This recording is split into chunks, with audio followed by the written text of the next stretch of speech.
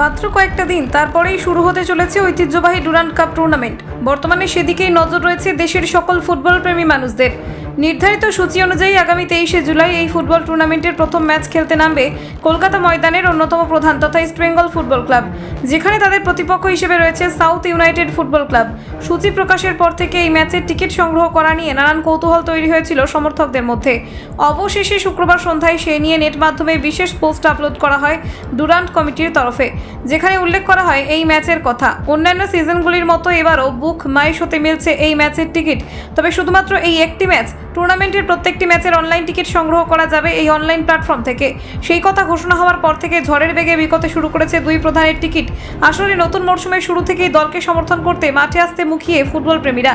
উল্লেখ্য, এই ফুটবল টুর্নামেন্টের কথা মাথায় রেখে অনেক আগে থেকেই প্রস্তুতি শুরু করে দিয়েছিল মশাল ব্রিগেড। দেশীয় ফুটবলারদের নিয়ে প্রি সিজন শুরু হলেও গতকাল শহরে এসে পৌঁছেছেন একাধিক বিদেশি ফুটবলার, যাদের মধ্যে ছিলেন প্যালেস্টাইনের তারকা ফুটবলার মোহাম্মদ রশিদ এবং গ্রিক ফরোয়ার্ড দিমিত্রিয়স ডায়ামান্তাকোস। এছাড়াও আজ গম্ভীর রাতে শহরে আসতে চলেছেন আর্জেন্টাইন ডিফেন্ডার কেভিন সিবিল। বলতে গেলে পুরো স্কোয়াড নিয়ে এবার ডুরান্ডে সাফল্য পেতে চাইছে লেসলি ক্লডিয়াস সরণির এই ক্লাব। কলকাতা 24/7.in।